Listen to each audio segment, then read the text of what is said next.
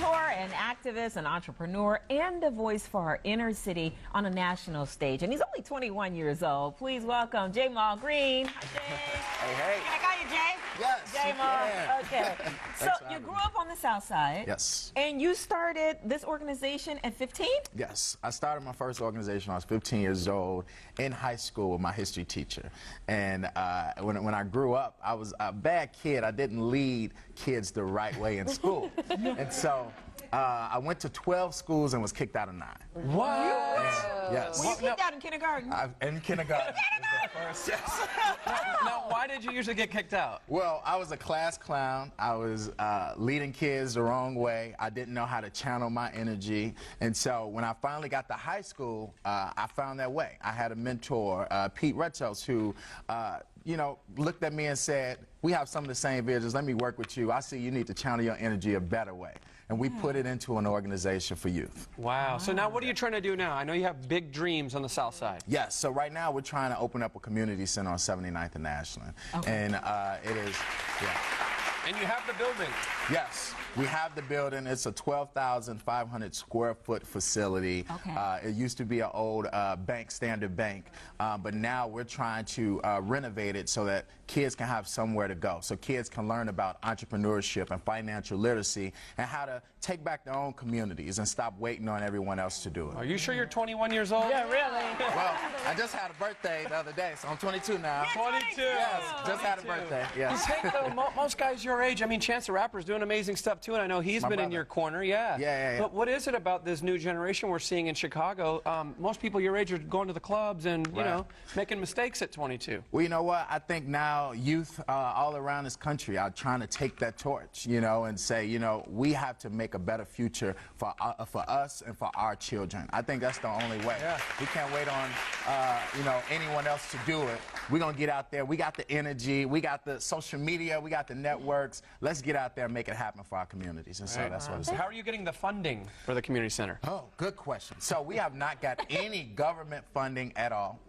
We have been denied by the city, and so right now we've got funding from regular people. So we raised over $50,000 from just regular folks giving $19, $20, and even celebrity Patricia Heaton gave us $10,000. And so we're trying to get people all over, to say, this is something that they want to be a part of. Whether it's a CEO, whether it's a company, whether it's a foundation, we need their support because we're not getting any help. What's the number you want?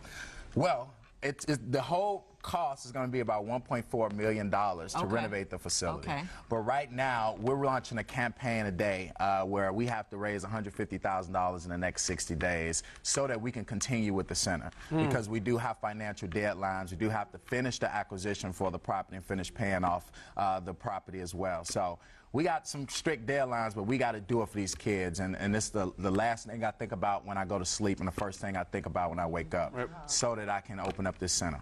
That's incredible. There's been so much discussion about what exactly can solve the problems of the inner city. So this is part of your solution, but can you talk a little bit more about your philosophy and what else you think needs to happen in the city? So when it comes to violence, we got to talk about what's actually going on in these communities. And I grew up in these communities, and so I know that mental health is a big piece. Education, the fact that, the fact that kids, when they go outside their homes, if they have a broken home, they should have somewhere else to go.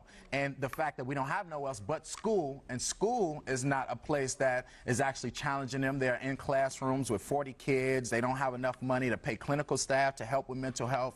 The last place they're going to go after school is the streets. And so nobody is there to mentor them. Nobody is there to guide them and get them through all of these problems. And so when they get caught up in the system and they don't have money to bond out, they take that plea deal and, now they got an X on their back and it's harder for them to get a job. So we got to grab them early. What do you anticipate is going to be your biggest obstacle with this? What can we help you with? Well, my biggest obstacle right now, of course, is funding. But, I want to be able to reach as many kids as possible. And right now we have about 25 kids in Modesty All-Stars that we mentor, that we guide on a weekly basis. And some of them are here today. And so, I think the biggest obstacle is going to be able to get this center open. Once it's open, I know that we can get the kids in there and be able to teach them all of these things. J-Mo, we're going to give you the stage. Yeah, that's your camera right there. Tell people why they need to give to you. So if you want to give to Majesty All-Stars, you can go to our website at majestyallstars.com, and it's MAJOSTEE allstars.com. We're looking for regular people. We're looking for CEOs. We're looking for foundation. We need your support. I can't do this alone. This is our community center, and we got to come together as a community to do it. Jamal Green. We're going to put all the information on our website as well. I appreciate You look like a movie star, man. I know, right? Head to our website for more information on how you can donate, how you can help out this great cause. All right.